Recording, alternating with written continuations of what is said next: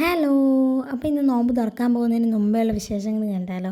അപ്പം ഞാൻ നേരത്തെ കുളിക്കാൻ കയറിയപ്പോൾ പോകുന്ന വഴി ഒരാളെ കണ്ടു, ഒരു മൈൻഡ് ചെയ്തില്ല. തിരിച്ചിറങ്ങി വന്നപ്പോൾ ആ വ്യക്തി അവിടെ കിടന്ന് ഉറങ്ങുന്ന കണ്ടപ്പോൾ എനിക്കങ്ങോട്ട് സഹിച്ചില്ല, കുത്തി ഉണർത്തി ഞാൻ. അപ്പോൾ ഒരു മനസ്സുഖം. അതൊരു മൃഗമായതുകൊണ്ട് എന്നെ ഒന്നും ചെയ്തില്ല, അതൊരു മനുഷ്യനായിരുന്നു തീർച്ചയായിട്ടും എനിക്ക് ചെപ്പ് കുത്തി നോക്കി പറഞ്ഞാൽ കിട്ടിയേനെ, ഉറക്കത്തിൽ നിന്ന് കുത്തി എണ്ണിച്ചേനെ. അപ്പം അതിനെ ഉണർത്തിയതിൻ്റെ സന്തോഷത്തിൽ ഞാൻ തുള്ളിച്ചാടി ഇറങ്ങിക്കൊണ്ടിരിക്കുകയാണ്. ഇറങ്ങിപ്പോയിട്ട് വലിയ പ്രത്യേകിച്ച് പണിയൊന്നും ഇല്ല. പിന്നെ ചാനൽ ആദ്യമായിട്ട് കാണുന്നവരാണെങ്കിൽ നിങ്ങളൊന്ന് സബ്സ്ക്രൈബ് ചെയ്ത് എന്നെ ഒന്ന് സപ്പോർട്ട് ചെയ്യ്, ഞാനൊന്ന് രക്ഷപ്പെടട്ടെ. അപ്പം നേരെ എന്നെ ഇറങ്ങിപ്പോയി മാങ്ങേനെയും ചക്കയും മാങ്ങയും തേങ്ങയൊക്കെ വളർന്നോ എന്നൊക്കെ ഒന്ന് നിരീക്ഷിച്ചിട്ട് പിന്നെ പോയി എനിക്ക് കറക്റ്റ് പാകമായിട്ടുള്ളൊരു ചെരുപ്പ് എടുത്തുകൊണ്ട് ഞാൻ ഇറങ്ങി കേട്ടോ.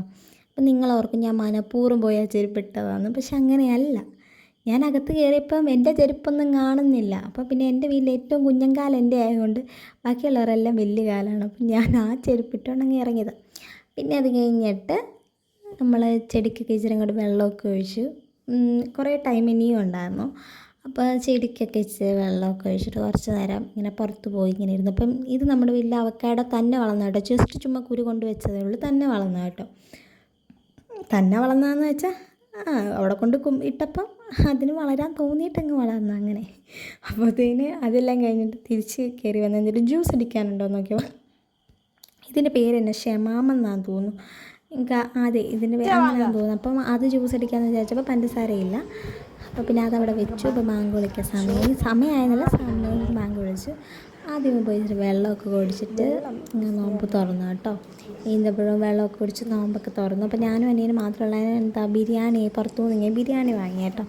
അപ്പം ബിരിയാണി ആയിരുന്നു കഴിക്കാൻ. ബിരിയാണിയൊക്കെ ഞങ്ങൾ രണ്ടുപേരും അവനും വിളമ്പി കൊടുത്ത് ഞാനും കഴിച്ചിട്ട് നമ്മൾ ചായയൊക്കെ കുടിച്ചു കേട്ടോ. ചായയൊക്കെ കുടിച്ച് നമ്മൾ ന്യൂസൊക്കെ കാണുമായിരുന്നു, യുദ്ധവും ഒക്കെ നടക്കുമല്ലേ.